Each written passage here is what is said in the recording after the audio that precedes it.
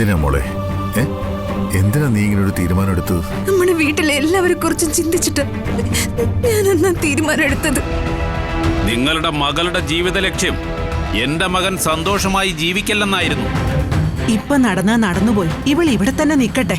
ഞങ്ങളുടെയൊക്കെ അഭിമാനം രക്ഷിക്കാൻ വേണ്ടി ഞങ്ങളുടെ പെങ്ങൾ ഇത്രയൊക്കെ അനുഭവിച്ചു. ഇനി മതി. അലോകെ, നീ പറ, ഭാര്യയായിട്ട് ഇവള് നിന്റെ കൂടെ വേണമെന്ന് നിനക്ക് ആഗ്രഹമുണ്ടോ? ദേവമംഗലംകാരോടുള്ള പക തീർക്കാൻ വേണ്ടി മാത്രമാ ഞാൻ ഇവളെ പ്രണയിക്കുന്നതായിട്ട് അഭിനയിച്ചത്. എനിക്ക് നല്ല സുന്ദരിയായിട്ടുള്ള പെണ്ണിനെ വേറെ കിട്ടും. ഇവളുടെ മുഖം കാണുമ്പോ തന്നെ എനിക്ക് ദേഷ്യം വരും.